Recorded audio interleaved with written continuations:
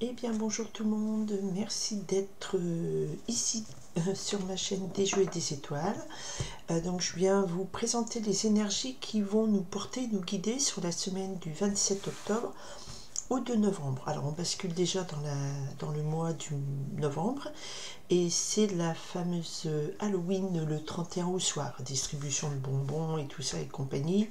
Voilà, fête celtique au départ. Ensuite, ce qui est à marquer, ben écoutez, nous sommes toujours sur l'énergie du Scorpion. Mercure va pas tarder à changer de signe à partir dans le Sagittaire, qui est quand même le signe de la communication beaucoup plus large, du lien à la distance, au lointain, à la philosophie aussi. Donc peut-être une ouverture d'esprit bien nécessaire par les temps qui courent.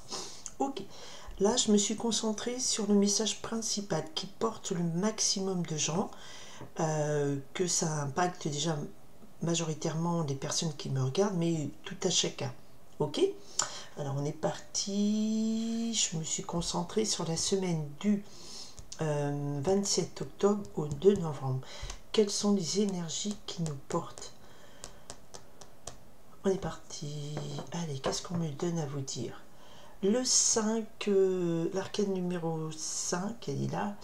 Voilà, donc le pape. Le pape nous appelle à nous connecter à une forme de spiritualité. Nous rappelle aussi que nous sommes liés à une communauté, à une valeur morale supérieure qui nous guide. Donc on est dans cette semaine d'Halloween où c'est la fête du contact avec l'au-delà. On est quand même guidé par une belle énergie du pape qui nous parle aussi de quelque chose, un petit peu d'un ordonnancement, donc quelque chose qui est, comment dire, pas codifié, mais voyez, on part pas comme ça dans n'importe quoi, c'est une spiritualité guidée, communauté liée par une valeur morale ou voilà, spirituelle supérieure et tout. Ce genre de groupe, voilà. Ça peut être aussi la validation d'une autorité supérieure pour quoi que vous fassiez.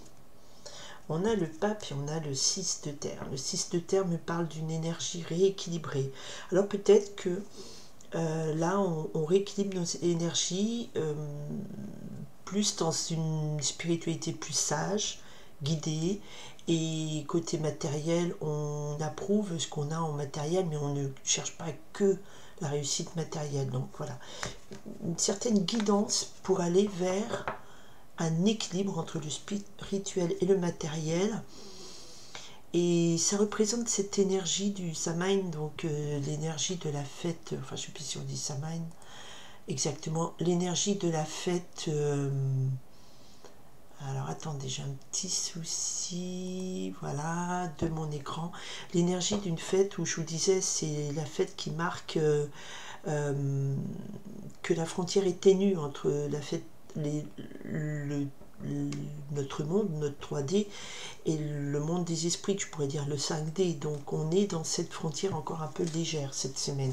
On est vraiment dans l'énergie d'Halloween, quoi. Halloween, telle que spirituellement, elle n'est pas la fête des bonbons, des décorations et tout ça. Ok, allez, ce qui nous porte. Ce qui va nous bloquer, ce qui est extérieur à nous, ce qui n'est pas à notre portée encore. Ok, allez, on est sur la séquence de cette semaine, le challenge, le défi à relever, la vérité qui est là, et la vérité, le fait qui est là, je ne sais pas pourquoi je dis la vérité, et ça c'est la réponse. Ok, d'accord, on a quelque chose de concret. La frontière est ténue entre le monde des esprits, le monde terrestre, entre la spiritualité, la matérialité.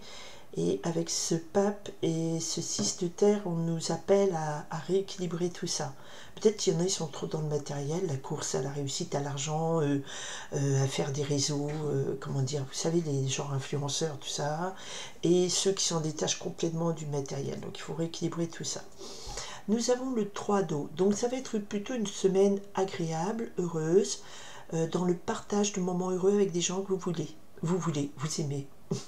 Ensuite, là, en ce moment, alors on est en France sur la semaine de congé scolaire. Alors, il y a peut-être des moments où vous allez pouvoir revoir des amis, de la famille, ou vos enfants, et partager des moments de légèreté. Et ça, on en a besoin, parce que ces semaines-ci, c'était pas du tout l'ambiance. Et là, on retrouve une certaine légèreté, une certaine gaieté. Allons voir ce qu'on me dit en énergie qui nous porte. Ok, waouh, on a l'arcane numéro à l'envers, 13, l'arcane de la transformation. Ah là là. Deux arcanes majeures qui sont tombés, la transformation et le pendu. Le pendu est l'énergie qui nous parle ici, qu'on voit peut-être pas les choses sous leur bon angle, l'arcane numéro 12.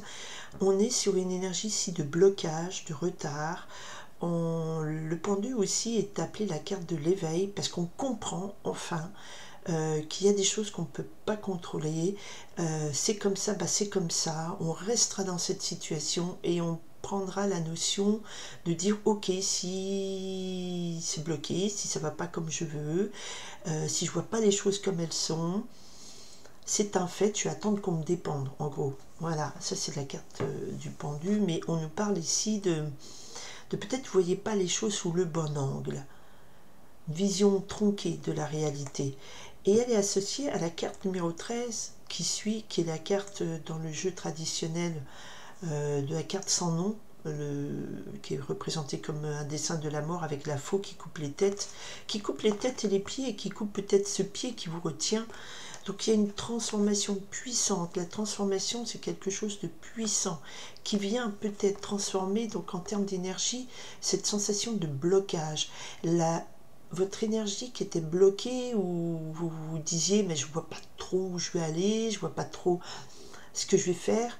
Cette arcane de transformation, cette transformation puissante intérieure, puisqu'on est sur une énergie qu'on porte, elle vient vous détacher de tout ça. D'accord? Et le pendu, c'est aussi une carte qui parle du détachement. Donc on est dans cette superbe énergie du détachement, un détachement nécessaire pour vous transformer complètement, pour transformer votre vision du monde, de la vie. Fort détachement cette semaine. Alors pourquoi? Waouh, on n'a que des arcanes majeures jusqu'à présent. Parce qu'en face, on a le monde, arcane numéro 21, puissante. Ici, il nous est annoncé, et ce n'est pas encore à notre portée, où il y a une fin de cycle qui est nécessaire. Là, c'est l'énergie qui vient de dehors, qui est imposée, que nous ne maîtrisons pas. Et ce qu'on ne maîtrise pas, c'est cette fin de cycle nécessaire. L'arcane du monde, généralement, c'est très positif comme arcane, d'accord? Mais ici, il y a une fin de cycle qui est annoncée, qui est nécessaire. Vous avez accompli votre parcours, vous avez accompli un chemin, et là, on doit boucler. C'est surtout ça que je ressens comme message, c'est que là, on doit boucler ce cycle. Il y a quelque chose, je crois qu'il faudra mettre fin à une situation dans laquelle on était peut-être entravé. Et ici, dehors, il nous est annoncé, c'est quelque chose ici qui n'est pas à notre portée.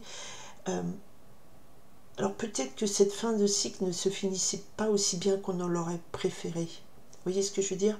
Qu'est-ce qui arrive cette semaine? Encore une arcane majeure. À la coupe, on a eu le pape et on a la grande prêtresse. Donc il y a une très forte énergie qui influence. C'est qu'est-ce qui influence cette semaine? Ici, ce qui influence, c'est la grande prêtresse. Donc il nous parle aussi de spiritualité ou de mystère caché ou de connaissance qui vous est cachée. On vous dit, en plus, on a une supra-intuition. On vous demande d'aller peut-être recueillir en votre fort intérieur des compréhensions. Il y a encore des choses qui sont, la grande prêtresse cache un savoir, cache quelque chose. Il y a quelque chose qui arrive ici, qui va faire appel à notre capacité à comprendre des choses au-delà du matériel, au-delà du concret. Nous avons coupé Pape et le 6 de terre. On a coupé un appel à une très forte spiritualité, dans le sens où il faut comprendre les fils énergétiques qui dirigent notre vie. Vous voyez, c'est ça, la spiritualité. Et là, la grande prêtresse, c'est le message peut-être d'un mystère révélé à soi-même, de se connecter à sa sagesse intérieure, à quelque chose de caché encore, d'accord? Et cette chose de caché, eh ben, peut-être qu'il y a une révélation pour produire une grosse transformation nécessaire à votre façon de voir les choses, peut-être sous un angle un peu bloqué. D'accord? Mais il y a énormément de puissance là. Il y a beaucoup de puissance cette semaine. On a ici rien que 4 arcanes majeures. Un mystère qui nous est dévoilé ou une compréhension intuitive de quelque chose qui est au-delà des mots, qui est quelque chose qui est comme une grande révélation. Et cette grande révélation va nous amener une énergie puissante de transformation pour nous détacher, pour être dans le détachement.